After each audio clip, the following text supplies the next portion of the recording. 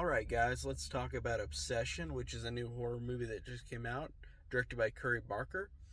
And the basis of this story is that a man named Bear wishes upon a magic candy, a magic little willow tree. It looks like a Toblerone, like the box, but a little wishing willow tree that you break in half, and you make a wish whenever you break it in half.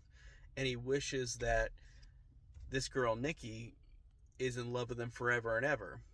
And chaos ensues, I guess, is all I can say. Um, this really is interesting because it is a very, very good or great slow burn of a movie. I was on the edge of my seat in a lot of moments.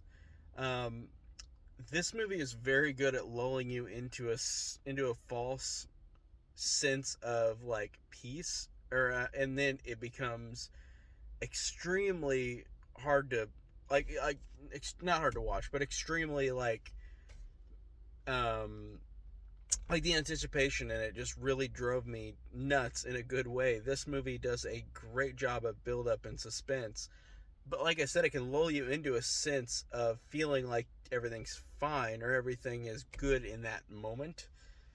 And I'm not gonna lie, there are some moments in this. The sound design in this is incredible. I genuinely almost had a heart attack watching this. I felt like, because there were some moments in this that worked so well timed, very very well done timed effects with the scares.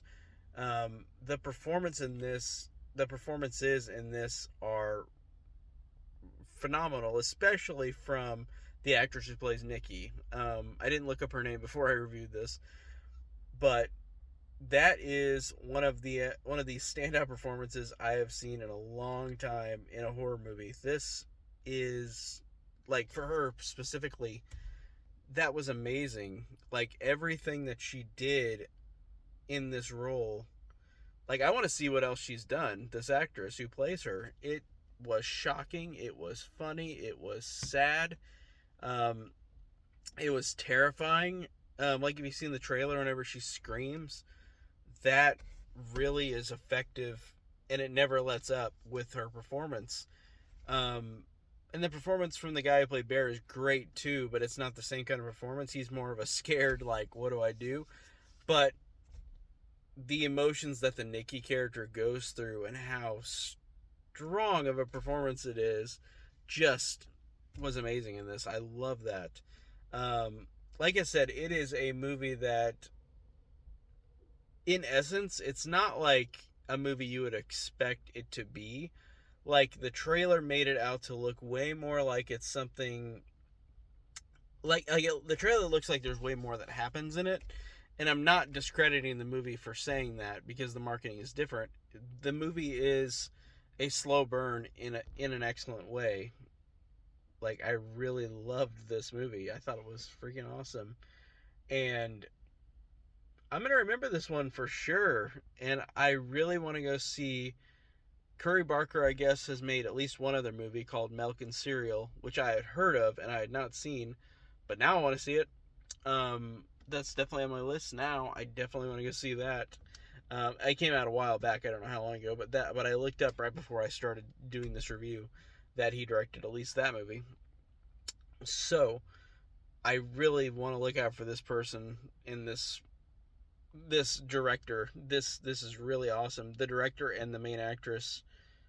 I really want to see where they both go, because, like I said, phenomenal performances, and the direction in this is just outstanding, just terrifying, um, and I just love that it never felt like I never felt like I knew where it was going, and I love that about it, because the movie itself, as I drop my phone, the movie itself is, in essence, a movie that you probably could like figure out where the first, second, and third act goes.